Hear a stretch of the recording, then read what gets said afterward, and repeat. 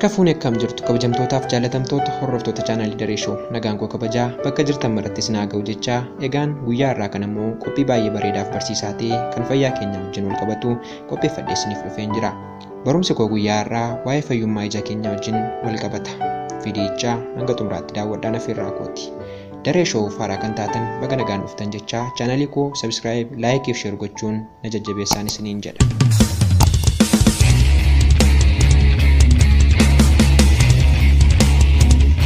Gilaakoomaan maali?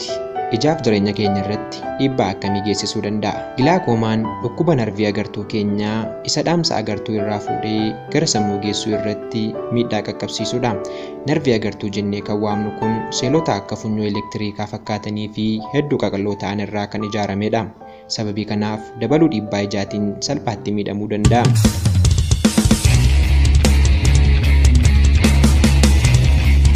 Agartuun narvii haala kanaan miidhame immoo dhaamsa agartuu gahaa ta'e gara sammuutti dabarsuu irratti dadhabaa waan deemuuf dandeettiin arguu isaa gadi bu'aa dhufa.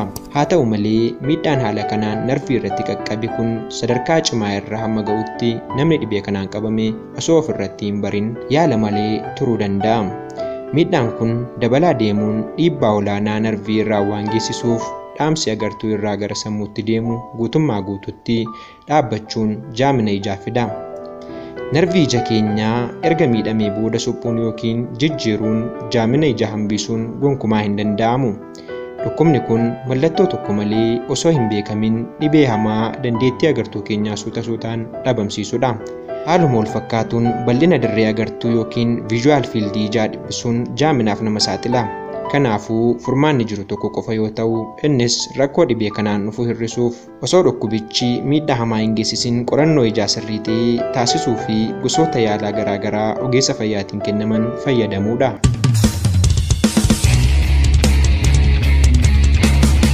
Dhukkubni gilaakoomaa jaamina agartuu fiduun sadarkaa addunyaatti dhibee moora ijaatti aanee sadarkaa lammaffaa irratti kan argamu yoo ta'u akka biyya Itoophiyaatti immoo dhibee moora ijaa fi tiraakomaatti aanee sadarkaa sadaffaa irratti argama. Jaaminni dhibee moora ijaa fi tiraakomaatiin dhufu erga yaaliin baqaqsanii yaaluu godhameefiin namoonni agartuu duraan qaban yookiin kan isa duraatti dhiyaatu horachuu kan danda'an yoo ta'u jaamina yookiin hir'ina agartuu kan dhibee gilaakoomatiin dhufu garuu of duuba deebisanii sirreessuun tasuma hin danda'amu.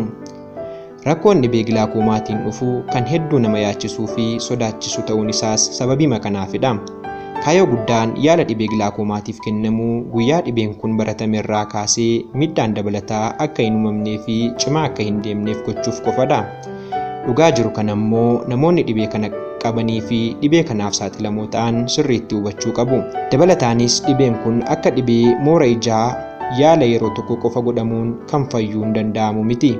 Kanaafuu guyyaa dhukkubichi barame irraa kaasee osoo addaan hin kutin umrii guutuu deddeebi'anii hordoffii yaalaa gochuun dirqama ta'a jechuudha. Maddan irraa argadhee barruu Dr. Sanyii Jalqabaa irraati.